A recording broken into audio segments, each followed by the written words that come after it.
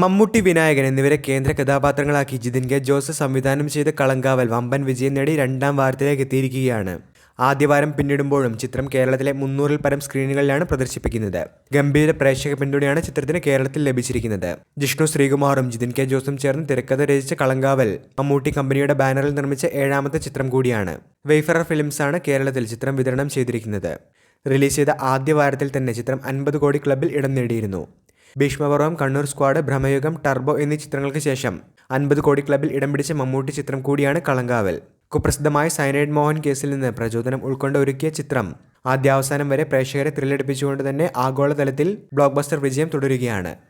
ചിത്രം overseas distribution നടത്തിയത് truth global ഫിലിംസാണ്. ദുൽഖർ സൽമാൻ നായകനായെത്തിയ സൂപ്പർ ഹിറ്റ് ചിത്രം കുറുപ്പിന്റെ കഥ ഒരുക്കി ശ്രദ്ധ നേടിയ ജിതിൻ കെ ജോസ് ആദ്യമായി സംവിധാനം ചെയ്ത ചിത്രമാണ് കളങ്കാവൽ.